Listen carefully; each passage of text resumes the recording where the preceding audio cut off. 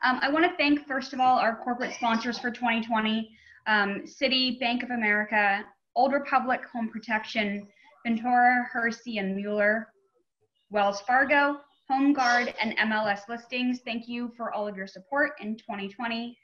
And now I want to introduce the SCORE Government Affairs Manager, Tim Beaubien, who will be moderating our panel today about affordable homeownership in Silicon Valley. So Tim. Thank you, Jody, for that great introduction. Head of the advocacy team here at SCORE, and I really look forward to this discussion we're going to have with our great panelists regarding affordable homeownership housings during the COVID-19 crisis. This is in partnership with the SB at Home's Affordable Housing Month. They've done a lot of great work all month, and we look towards being the bookend of their webinars that they've had. So I will go ahead and introduce all of our panelists. We also have Jordan Nunez on the line today, our government affairs coordinator, who will be monitoring time and questions for us. The two of us make up our advocacy team here. And then I will go ahead and allow all of our panelists to introduce themselves, starting with Adria. Good afternoon, everybody. Adria Quinones-Meser with Housing Trust Silicon Valley. I am the director of the home buyer programs. We focus on down payment assistance here in Santa Clara County. I've been with the Housing Trust for almost nine years, and have been part of the real estate industry for over 20. I'm really excited to be here. Thank you. Next, we have Emma. Go ahead. Good afternoon, everybody. This is Emma from a Bank of the West. I'm the Bank of Northern California Community Lending Diversified Market Business Developer Officer. I'm mainly in charge of the community connections, outreaching, and support the local community for affordable housing. I'm very happy to be here and provide some information regarding the affordable housing. Thank you. Thank you. Elizabeth Monley. Hi, good afternoon. I'm Elizabeth Monley. I'm a broker associate with Compass, and I have been a realtor for 21 years now. I've been through many different kinds of real estate markets with first-time buyers and seasoned buyers. And just like you and everyone else, we've never been through a market like this. So we're all learning, we're all moving through this together, and we're finding some very creative abilities to sell and buy real estate. All right, John, go ahead. Hello, thank you, everybody. My name is John Necker. I'm the area sales manager for Bank of the West, managing San Francisco, the Peninsula, San Jose, and the Santa Cruz, Monterey markets. I work in conjunction with Emma. So Emma does a great job for Bank of the West, and I would just say we're out there to put as many people into houses as we possibly can, and appreciate the opportunity to be on this. Thank you. All right, Scott, go ahead. Hey everybody, my name is Scott Johnson. I work for Lennar Homes. We build new homes out here in South San Jose and throughout the Bay Area. Appreciate your guys' time, and we'll fill you in a little bit on our community and hopefully be able to give you some information on how the process is working for new home construction. Thank you. And Carlo, go ahead, and then feel free to jump into your quick PowerPoint. Awesome. Thank you, Tim. Thank you, everybody, for allowing us to be here and joining with you today. First and foremost, hope everybody is safe, healthy, and well. My name is Carlo Eugenio. I'm a new home consultant with Lennar Homes of the Bay Area Division. I have been with Lennar Homes since 2011. I've collectively got 17 plus years within the industry, which is just a drop in the bucket compared to many of the panelists here. So I appreciate your time and allowing me to join with you folks today. To begin with a little bit about our community, and I really do appreciate this because we are just outside of the Santa Clara County boundary. We're just on the north side of the Milpitas and Fremont boundary line in a community called Innovation. And what I will do is share my screen with you so that you can find a little bit about us. Our community is a master plan community. It's called Innovation by Lennar Homes. It's a live, work, play community. because of the traffic, because of the density and the scarcity of land within the greater Silicon Valley area, we're finding 3- and 4-story configurations to be much more prevalent. My team consists of 3 associates, including myself. Our team is trilingual. My name is Carlo Eugenio. I speak Tagalog. My teammate Laura Lee speaks a few dialects of Chinese, while my teammate Sherry Ansani speaks Farsi. So between you, your buyers collectively, I think my team and I have a great deal of resources and ability to appeal to different collections of buyers and buyer profiles, if you will. One of the reports that I really do enjoy sharing with a broader audience is a report that's actually conducted by the Rhiness Group. It is a sales, marketing, and research company, and they typically report new home construction on a weekly basis.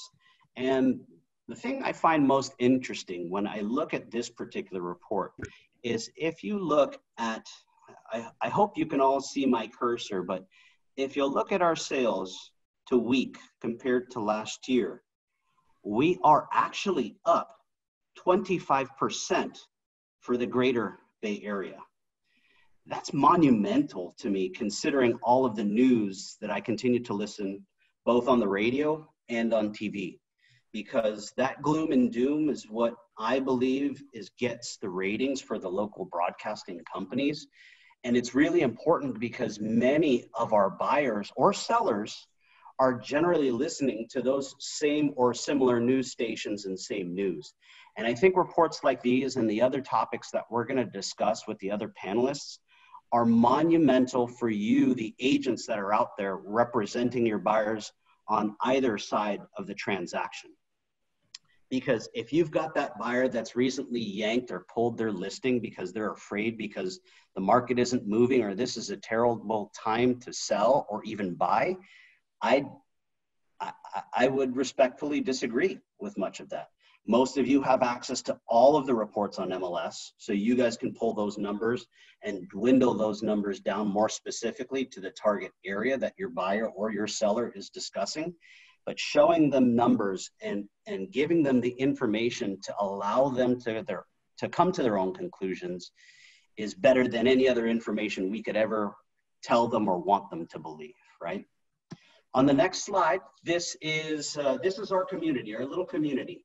And essentially, we are building a little city within a city. Again, it's a live, work, play. So we're building on 111 acres, just north of the Tesla factory, just north of the Milpitas-Fremont boundary line. As we scroll over, of course, we have major transportation nearby. The BART Warm Spring Station, which is a half-mile walk away, so it's about 5 or 10 minutes. We're conveniently located in between 680 and the 880 intersections and freeways. And as you take a look at our community, currently we are right here by the White Star. And our community of 2,200 units, once it's all said and done, is going to be a thriving, vibrant little city, if you will. So within our first phase, we have 3 different collections. 2 are offered by us over here at Lennar. We are offering more of that townhome style configuration, while we sold a 3rd portion to our friends over here at Shea Homes, which will be offering more of a condo stack flat. So when you take a good look at the overview of this community, you'll find that phases 2 and 3, which is this section here, as well as here, will simply just be a replication of our first phase. We have, and I'll talk about the communities here shortly, but we've got the first brand new elementary school introduced into the city of Fremont in the last 27 years. We've got a huge 4-acre park for the community. So imagine your families waking up on a Saturday morning and finding other families enjoying picnics on their picnic blankets, kids flying kites or kicking the soccer ball around. All while the middle of the week, you can find your residences walking through our major center of the area where we'll have office, retail, and dining areas like coffee shops, bars, restaurants, physician offices, you name it. This is meant to not necessarily emulate, but perhaps mimic a little bit of that Santana Row feel and vibe, if you will. Our community, I'll play some of the amenities here in the background while I talk. This is one of those things that I'm probably most proud of, is these aren't things that your buyers necessarily would look for things to come. This is actually here and now. They're here, they're physical, they're tangible, they can experience it. They don't have to use their vision to imagine if it's going to be there. So everything from a state-of-the-art clubhouse, fitness center, community pool, barbecue stations, eating areas, and this is meant to be a very social and vibrant community. Of course, expect things like young families, young children to be in the area with a brand new elementary school. This is others that we have with our different models that we have. We have 13 different designs, anything from 2, 3, and 4 bedroom configurations, from as small as 1,300 square feet all the way up to over 2,600 square feet. So we appeal to a very, in my opinion, very broad audience. For the first time in the last, I would say, 12 to 16 months, we actually have current standing inventory that's move-in ready. Last week, we actually, because we got our city finals, we had 9 move-in ready homes. This week, well, fortunately or unfortunately, I guess it depends on the side of the table that you sit on, now we only have 6 move-in ready homes. So you can see that the market is very pent up, very anxious. The Bay Area is very resilient regardless of what occurs in the market, because no matter what, this is a huge mecca or a huge, huge employment pocket and pool. And regardless of how expensive the cost of living might be in this area continues to flourish. We've tried to make this as easy as possible for our realtor partners that are out there. When you go to lennar.com, we've got a number of different methods to keep you, the agent, safe and to keep it convenient. So when you go to lennar.com, you'll have the ability to fill in here what areas your buyer or area your buyer or client is looking for. And it'll dwindle down into different communities that you have to choose to offer. And then you can simply schedule a self-guided private tour, keeping you, your buyers safe, minimizing exposure and interaction with others that may or may not be asymptomatic. It gives them the opportunity to schedule an appointment with nobody else around so that they can experience the home by themselves. More information can be found on the Fremont government website. Of course, you can always contact myself or my team. We'll be given a roster at the end of this discussion. We'll reach out to you individually for those that are interested on finding out more about our community. Please don't hesitate to contact us. Thank you very much, everybody. I hope everybody's doing well, staying safe and sound. You guys all have a great day. Are there any questions at this point? Thank you for that, Carlo. That's a good example of kind of a new transit-oriented development, affordable condo and townhome home ownership opportunities. I think we'll save questions from the audience until the end, and we can jump into the panelist questions that we have prepared. So I'll go ahead and start with the first question. Anybody that would like to feel free and jump in and answer, go ahead. Is it a smart decision to enter the home ownership market during this COVID-19 pandemic, or why might this be a good time to finally take the step to purchase a home? Well, I can step in on that. I would say, first of all, I hope everybody's comfortable staying at home, going out with your realtor if you need to. I'm representing agents' points of view today. And I would just say there's one caveat to what I'm about to say, and that is if you are one of the people that feel that your job is in flux, this might be a good time for you to stand back. You can always go and regroup when you know that your job is safe. But here in the Valley, most of us are in pretty good shape. So I just want to get that out there.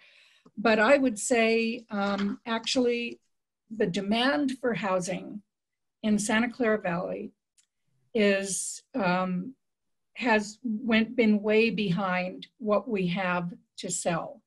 So right now, though, we've got a situation where it is difficult to show properties. We can't have open houses. We can't just go pop into a house, go direct, as it may say on the MLS. We can't do that. So the good thing for a buyer right now is, even though there aren't a lot of homes on the market, the pressure is reduced house by house, because we can't have masses of people in at one time. You get to see properties as they come on the market, and make offers at a price that maybe you can afford. I would say this is, whenever you're ready to buy a house, it's always a good time to go start looking. And this is particularly in your favor as a buyer. Much reduced competition than you'd otherwise find. I can kind of chime in too with a little look at that. I mean, one of the things I'd say we really learned from the 2008 recession that's very different than this one is that leading into that time, we had pretty loose credit, and we felt everyone needed to be in a home and should own their own home. And I think what we learned from there is that some people do rent their whole lives and shouldn't be forced into home ownership. Now, with that said, the demand where I live is incredible for new homes, and stuff is still moving. So the gained wealth of owning a home over many years hasn't gone away, and we want to put as many people in as possible. But to the previous point, they need to feel very confident about their jobs and what they have going forward to be able to buy. The bigger decision is, do you think that the Bay Area with Google and Facebook and all these great companies will continue to drive these great computer jobs that drives our home values? And from my perspective, I don't see why that wouldn't be true. We're the center of the computer universe. We don't see that changing. So if they feel good about their job, they should get into it. But let's learn one thing from 2008, homeownership isn't for 100% of the population out there. Right, John. So just to add, at the Housing Trust, we are actually fielding a lot more questions, and from first-time home buyers.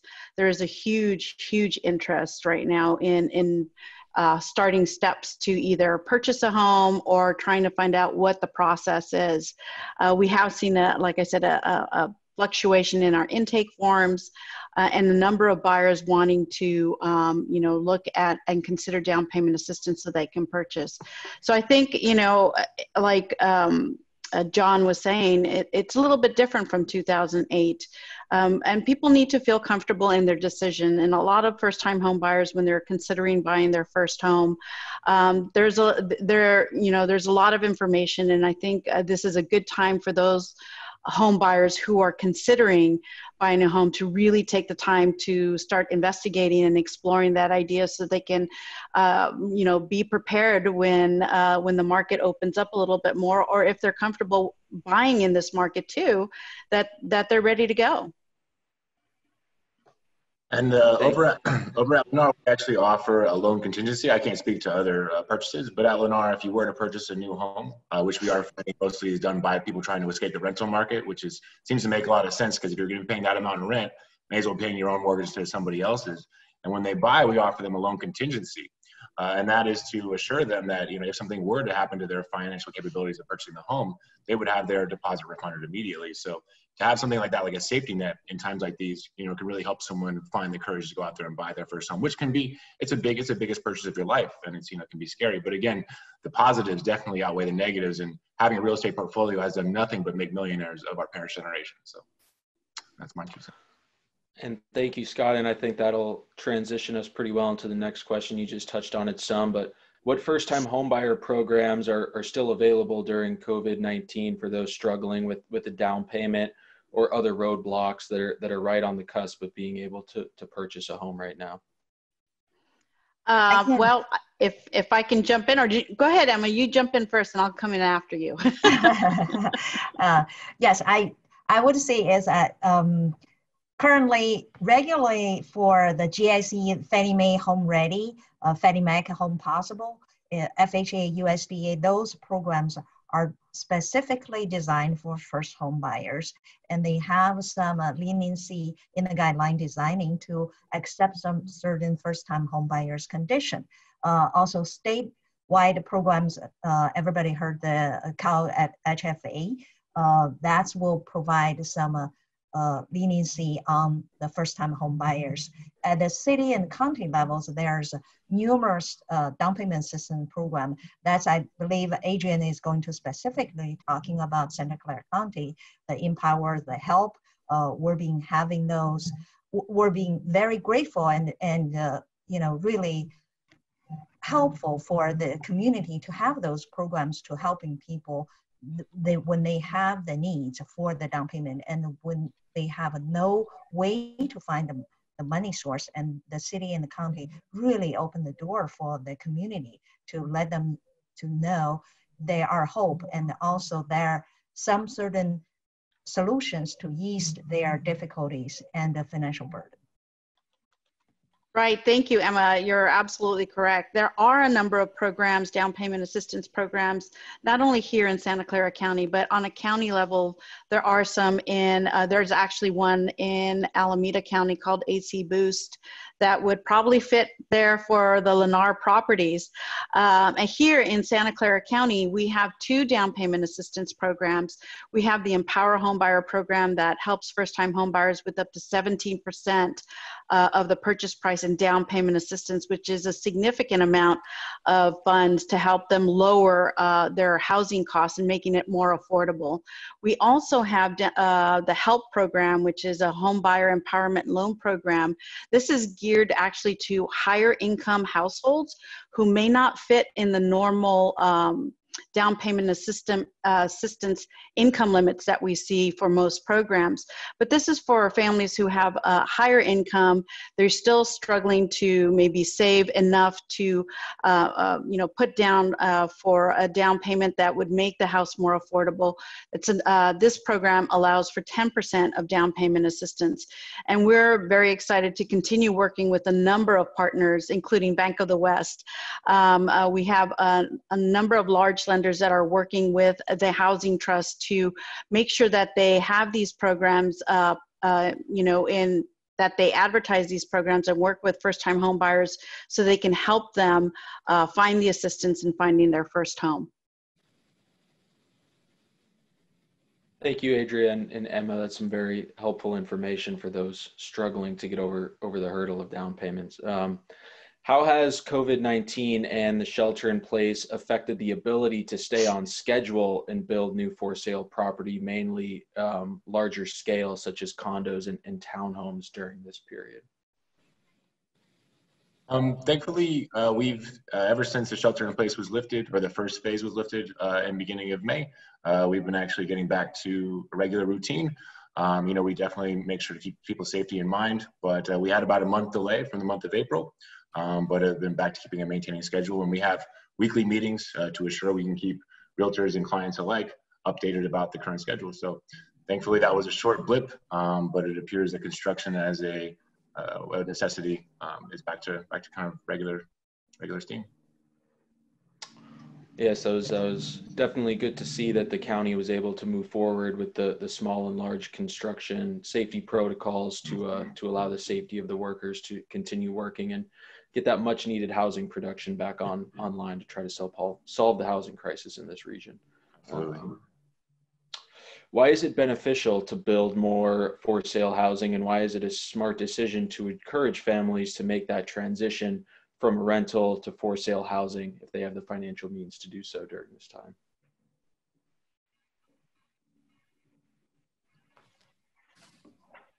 I can speak to that. Well, any new housing reduces the pressure on other housing, and especially in areas where we can make high density housing now.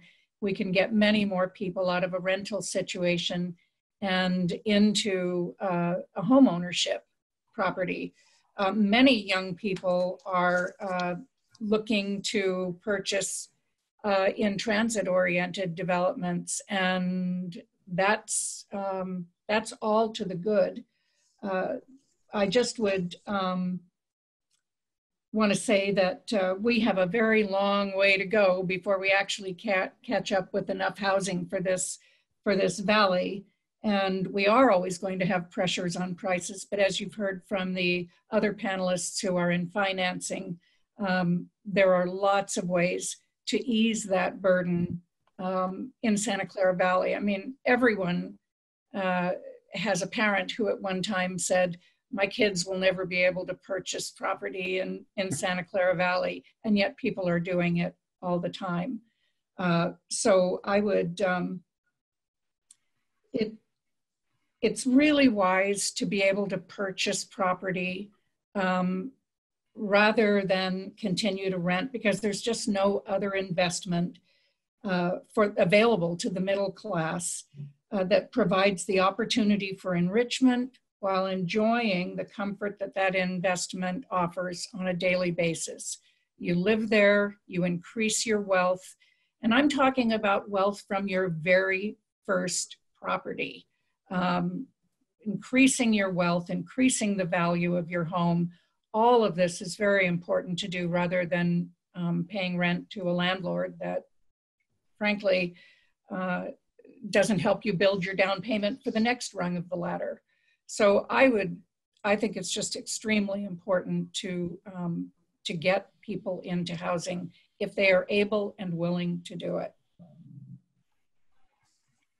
I kind of want to add to Mrs. Monley's statement here is when we do the community education for financial literacy and housing, we all see the housing rent and the purchase, there are two costs, but one for the rent is a cost for the transaction. When you you rented the house, you have the house to live, but the transaction stopped there and there's no further. You just, that's end of the services. But when we purchasing the home, that's the opportunity cost. That's open the door for the opportunity to build the wealth, like Mrs. Monley said, is build a wealth, is build a family fortune. And that's the beginning of the journey. So that's the big differences. I actually have a quick slide if I can share my screen here for a second. Let me see if I can get this to work. And it actually shows just like the comparisons of the rental market versus ownership. So for example, for our Lexington community in San Jose, if you were to purchase one of our 2-bedroom condos, your mortgage is estimated to be right under $4,000, where if you look at rents in Santa Clara or Mountain View, they're right, in that same ballpark. You're looking at investing, a couple $100 to be saving several $1,000s, and that's not even looking at appreciation or any of the other benefits of home ownership. You guys see that? Thank you for sharing that, Scott. That's some good data and analytics to support the points just said by Elizabeth and Emma. Next is what assurances or safety nets may exist for people concerned that COVID-19 hasn't yet, but may in the future impact their financial stability and the ability to stay current with ownership housing expenses, whether that's utilities, any maintenance that may exist, staying on top of your mortgage, along those lines.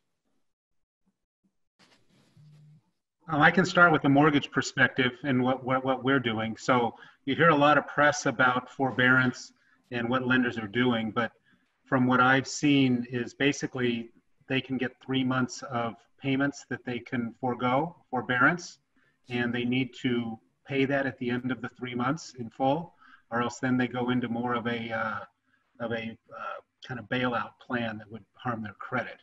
So even being on forbearance, if someone asks for it and they want to apply for a loan, we're not able through Fannie Mae guidelines to currently lend to anybody that's in active forbearance. But right now, 3 months of mortgage relief is there, while people aren't, with kind of the expectation that this will be done and they'll be going back to work in 3 months. And if not, then it'll be readjusted. But it's, it's not like they're getting money for nothing. Everything is needing to be paid back. And if I heard that correctly, John, it would be due as a lump balloon payment at the end of that mortgage forbearance as the 3 months, if I'm hearing you correctly? Correct. But if you were not able to pay that at that time, we would go into the next step, which would be like a loan modification or a work down like we were doing. And that does have a pretty big impact on credit, on your availability for credit and your credit score if you go forward. So it's not the end of the world if you don't, but if you want to go buy another property during that time, or you want to refinance your business loan, you're probably going to have a hard time financing during that time. So the help is there, but I don't think, from what I read in the paper, I don't think the adverse effects of that credit or the impacts of those credit are really clearly spelled out to people. And part of that was we were running so fast in the beginning, they kind of just laid down the rules a little bit after. But please be careful about giving advice for people who go in forbearance. Have them talk to their servicer. And that's what I've heard as well. Thank you for highlighting that, John, that you know, some people were thinking that it may be a forgiveness, the mortgage wouldn't be due anymore, that it may be tacked on to the life of the end of the mortgage. But I think similar to a lot of the protections for tenants right now in rental housing that we're seeing, that some homeowners are experiencing some of the same concerns with their mortgages and would like some sort of payback period or some help from the state or the federal government. And so we'll see if something like that starts to come down the line. So for now, I have an example on the opposite of that. Someone took it even though he didn't need it. Now he wants to refinance, and the rules to refinance is you have to make 3 payments after you come out of forbearance.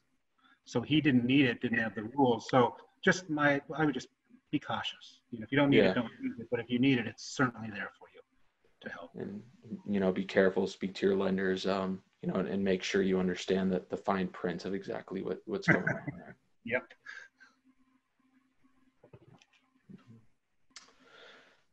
Scott or maybe Carlo, what is the determining factor for a company like yourselves when looking at building multifamily ownership versus building multifamily rental housing? What are some of the factors when looking at a project site between picking 2 of those options?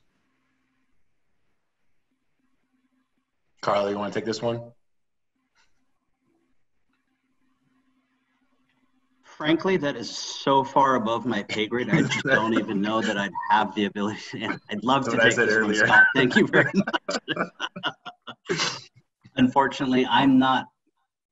I don't attend meetings where they make those types of decisions on determining those factors, Tim. I don't know that I have enough insight or enough experience, excuse me, to be able to answer that with any authority. Lennar is predominant in building new homes for sale, and it is going towards multifamily because there is a limit on land, so everything's going vertical. I believe there will be a time when it will just be multifamily being built, like, you know, 3 to 4 story condominium complexes. And I think that's a better trend in general because ownership seems to do better for the surrounding communities, schools, pride of ownership in the neighborhood. So I think that trend is a good one, and Lennar typically builds for ownership and not for rent. But of course, there is always a need for affordable rentals as well. But again, I might have a bias about it, but I tend to lean more towards ownership over renting if possible. Can I just pipe in with a question for you, Scott? Yes, ma'am. Elizabeth here. My question is, you know, downtown San Jose is largely apartment housing, high-rise apartment housing. Are there plans, because tendencies and trends change, are there plans for any of those buildings to possibly switch to condominium at some point? Do you know? I do not know. The condo I actually live in San Bruno was converted from apartments to a condominium complex. So that would be, I think that would be great. I mean, because it would alleviate, all of a sudden you'd have a huge influx of homes, and that would really alleviate the shortage of housing supply. So that would be a great thing, but I'm not sure how that typically would probably come down to the numbers, how it would affect the city.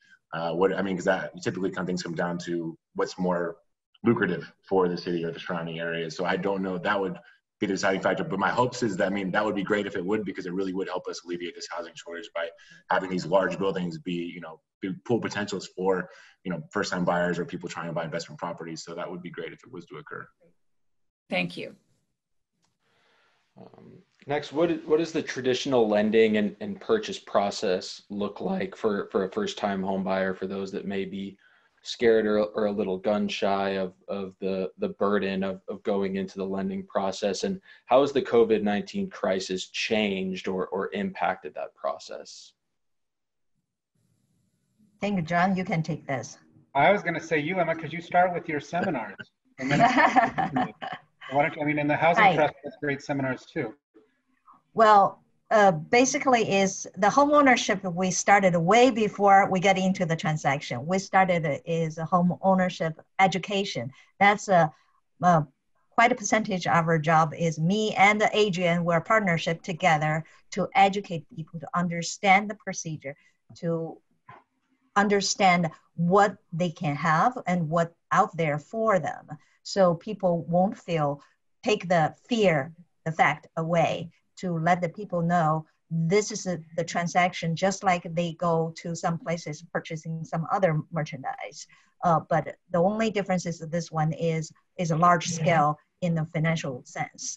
Other than that, we also gave them the detail about what entail to owning the house. A lot of times when people stay on the rent or really living with a family, they do not have the common sense is, if I own the house, what I'm facing.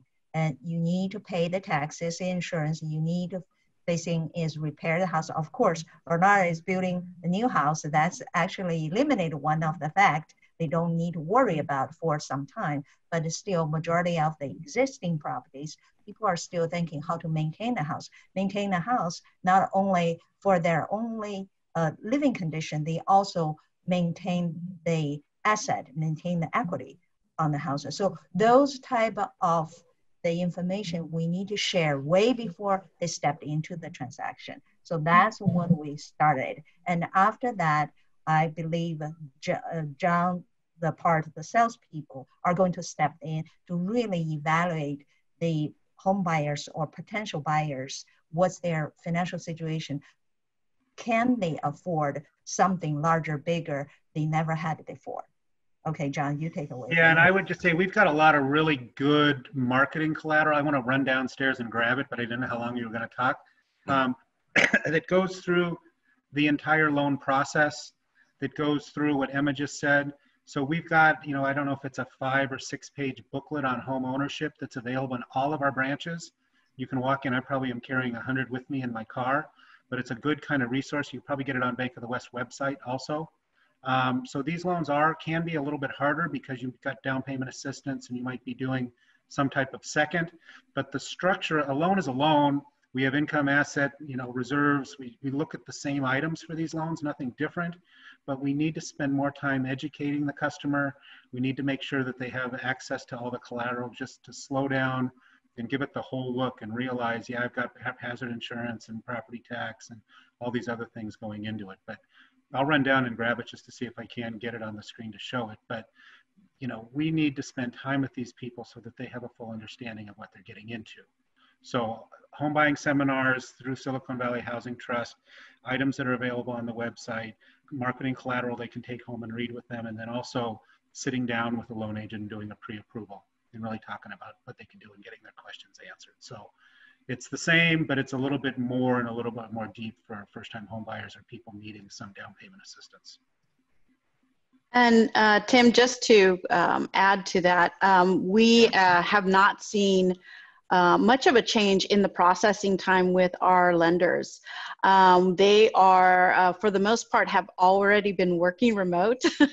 So their processing time, if anything, where they are impacted in is maybe getting the documentation from a first-time home buyer, just because now, since they're in shelter in place, maybe they don't have access to technology in order to be able to send documents to them by fax, or maybe by scanning, maybe they don't have access. But aside from the technology challenges, we have not, we've seen our lenders be impacted by the number of people inquiring about purchasing a home. A lot of pre-approvals going on out there from what I understand. We have been very fortunate at the Housing Trust to be able to flex in a way and adapt to going remote. So we have not really skipped a beat, and we continue to work with all our partners, including realtors, lenders, and title companies in processing transactions, getting applications in, getting people pre-approved. So there was a blip when we first, when we first got into shelter in place, and we were kind of all running around. But I'm happy to say that we see a lot of people moving with the flow of technology, and still are on hand to work in the process to get their home buyers approved. And that's good to hear. I Okay, think I'm back. Here, let me so this is a 13-page guide to homeowners and mortgage financing. So we could email it to folks if needed, and then Emma and I have them in there in the branches. But really comprehensive and really well done. Excuse me. So what I've heard from John and Emma is that it seems like a lot of your guys' marketing, promo, and walkthrough materials is virtual and online, so that our potential home buyers are still able to access that while safely sheltering in place in the same area.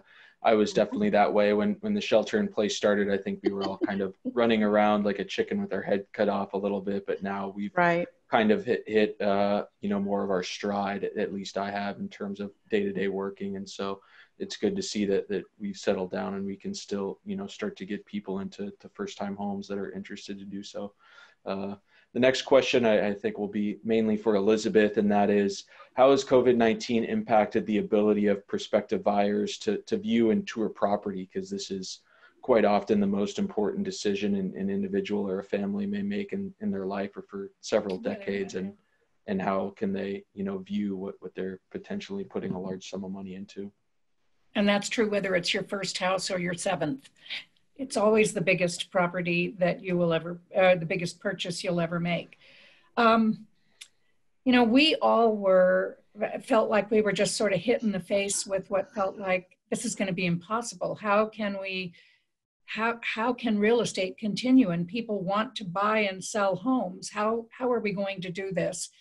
At the very beginning, we were not to show any properties at all, unless it was impossible to provide some kind of a virtual tour, and your buyer would make a decision on buying that home based on the virtual tour. Well, that's pretty much not likely. Most people have to stand in a property and feel it.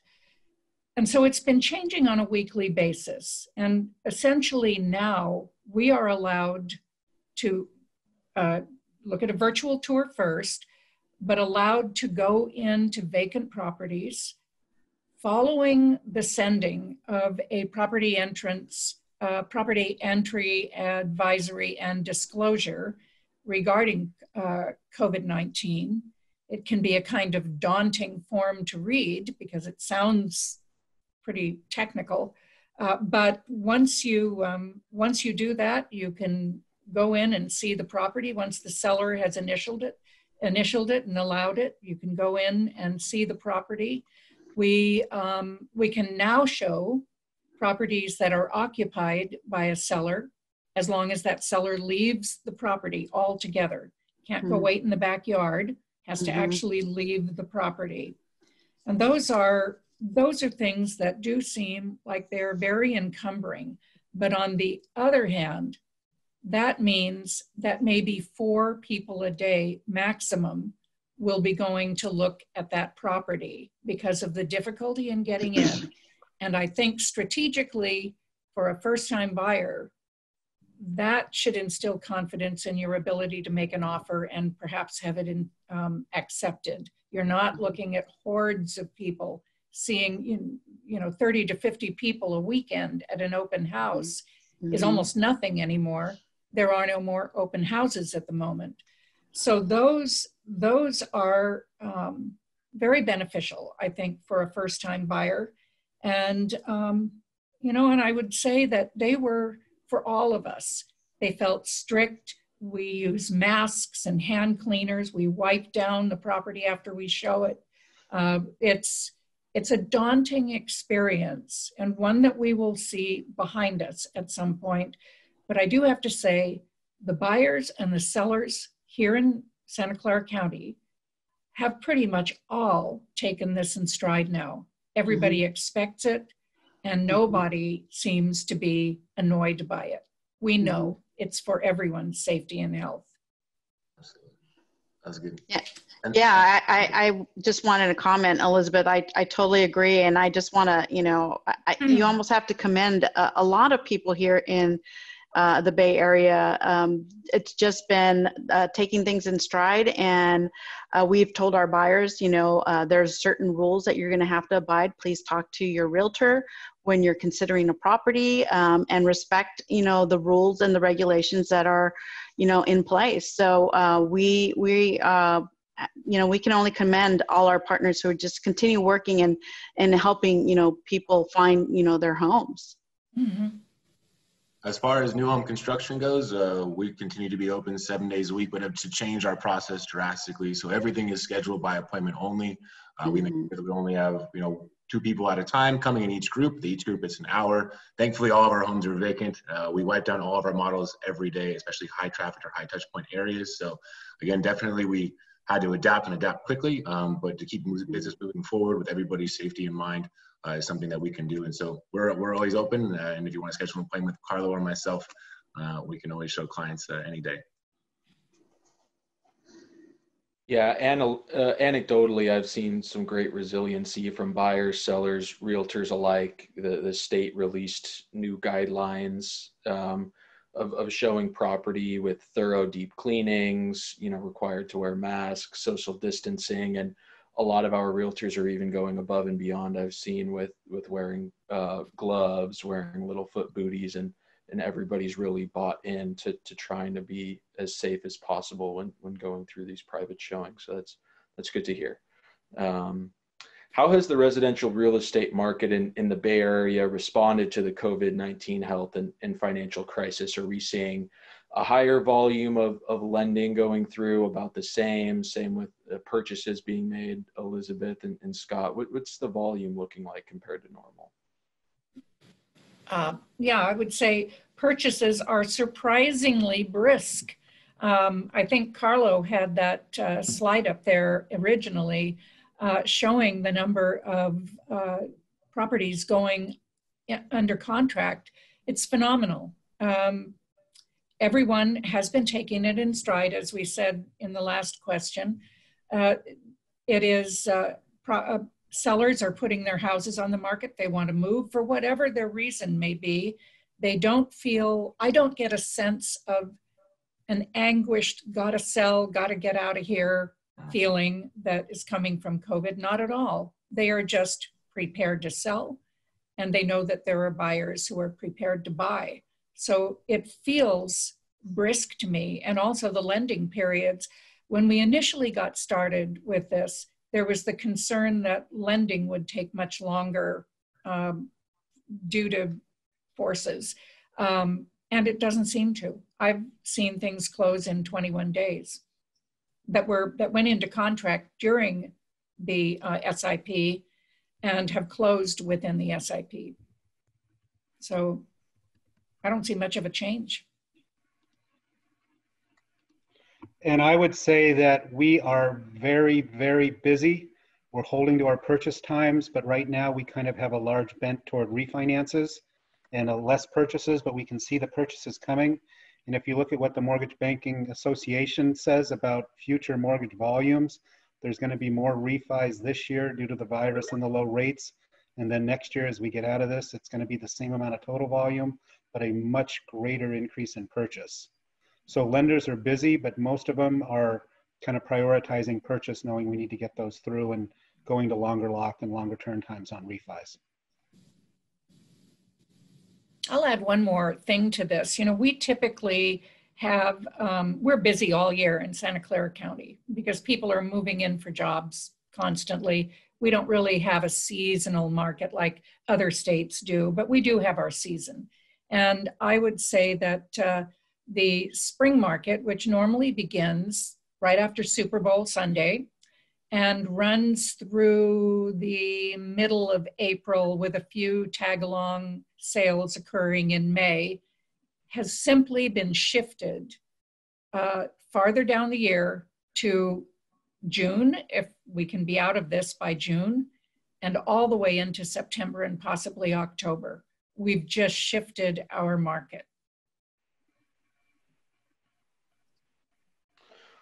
Thank you, guys. That concludes the list of questions that I have for all of you great panelists today, and we can move into a couple of questions from the audience. And if anybody else in the audience has any other questions, please feel free to put those in the chat box or the Q&A right now. What income, or what is a good income recommended for a young couple to try to get into the least expensive sort of home ownership housing in the area? What do we normally see as kind of a starting point? Well, that's, that's really going to depend a lot on a lot of factors on what's affordable. But we have been fortunate to help first-time homebuyers with the Empower program. I think 17% of down payment assistance is significant enough to help a lot of families. We also recently did have the income limits go up, which means that this program makes it more affordable for families who maybe thought that they made too much income in the past, but they have gone up. For instance, a family of 4 is the maximum household gross household income is around $169,000 versus $157,000 last year. So we're seeing this rise in income limits help more first-time homebuyers apply for the down payment assistance. But we've helped teachers get in. So we did help a teacher get into new construction over the Christmas holiday. So we have been able to work with some of our new construction partners as well in helping first-time homebuyers purchase new construction properties. So I think that hopefully that does answer the question. Well, what is 80% of the median income in Santa Clara? Because that's where most of the vibrant programs would be, right? 80%. So maybe not for a family of 4, or has it changed? No. I think that's kind of the 80%. Really, what you want to take a look at is our maximum income chart on our website. But we have maximum income limits for the program, and this is for the Empower program specifically. So for a family of 4, like I said, the maximum they can earn is around $169,000. So with $169,000, I think that's pretty reasonable for some families who in the past didn't think they can purchase because they needed help with assistance but were making too much money. Now they can fit into these guidelines. So I think, but we've been able to help first-time home buyers who were making 80 or 70, depending on the property that they're looking at. I mean, you're looking at condominiums and townhomes as well. So some buyers have their own down payment, and we do require that they put at least 3% of their own funds in. But with 3% and 17, you have your 20, and that really helps a lot of first-time home buyers here in Santa Clara County. And going back to the Lennar project that was touched on earlier, you had mentioned that the base price was $800,000, and even some of the other more affordable condo complexes in the region, while significantly cheaper than your traditional single family homes in the region, are still very expensive. And what does Lennar really do to try to empower the home buyer, refer them to help programs look in the way of below market rate units for purchase and things of that nature? We unfortunately don't have any below market rate homes in our San Jose community of Lexington. We are, again, relatively affordable for the Bay Area, but that is in the $600,000 price point. But I can let Carlo speak. I believe Carlo does have some BMRs at his community over there in Fremont, so I'll let him touch on that. So we do. That portion of the community has been donated to St. Anton's community, who is actually spearheading that portion of the community. I put a link at this point to more information for St. Anton's, and I'll repost it again. by the end of the discussion, so that you can find out more information, application processes and whatnot, so that you can get more details, if you will, to your specific unique needs or buyer's needs. Thank you, Carlo. What areas can the Empower program help fund? The Empower Homebuyer program is specific for Santa Clara County. These funds are from a measure ballot in 2016, Measure A, that was passed by the voters. And so we were contracted by the County of Santa Clara to help administrate from the $950 million of fund or bond for affordable and supportive housing. 50 was carved out for down payment assistance programs or first-time homebuyer programs. So this is specific only for Santa Clara County. Our Empower program, our HELP program is for Santa Clara County as well, but it does extend to the cities of the cities of Menlo Park and East Palo Alto. Is there any requirements for the program other than being under the income threshold, such as a minimum credit score, a certain amount of savings in a bank account, something like that? Yes, for the Empower Homebuyer program, the minimum credit score, middle score is 680. We do require that they put at least 3% of their own funds. Half of that can be a gift from an immediate family member, and we do require at least 1 month's reserves. Very good information. Somewhat unique question. Is it possible to share a single parcel with a person who wants to purchase an ADU? So you may be renting an ADU and you would like to purchase it from the homeowner. Is there ability to split that parcel? My understanding is that you would not be able to do that. Right. It's an accessory dwelling unit. It's on an R1 normally zoned residential 1 plot of land. And so you would, one, have to classify that then into a duplex opposed to an ADU and a single family dwelling, and then also attempt to split that parcel of land, which every city's general plan and zoning is different, but that seems very unlikely to me. I'm not sure if anybody else has further information on that. I agree with everything you say. I would just say the homeowner would have to wonder if they want to sell that percentage to them and then get a combined mortgage and share the ownership of that one parcel, because there's no way it'll be split. And you guys were just making good strides in getting ADUs to become more prevalent, but we're certainly not to that point. So the only way would be if the owner was open to that, which I certainly wouldn't do. But it depends. Everybody's different. Maybe they need that to be able to build the ADU, and it's part of it. So I think you'd need to do a lot line adjustment for that separate property so it had its own APN, and that would require changes in the CC&Rs for any given neighborhood. I think it would be, I just can't imagine it happening, that a CC&Rs would allow a tiny piece of lot that would be most likely landlocked to get to. That just doesn't sound doable to me. I would hope it's not doable. Adria, we have a question for the Empower program. Does the applicant need to currently reside in Santa Clara County, or could they live outside of the county and be interested in purchasing a home in Santa Clara County and be eligible for the program? So they don't need to live in Santa Clara County, but they have to be working. So it can't be something where somebody's living in Sacramento and they want to buy a home here. That wouldn't make any sense.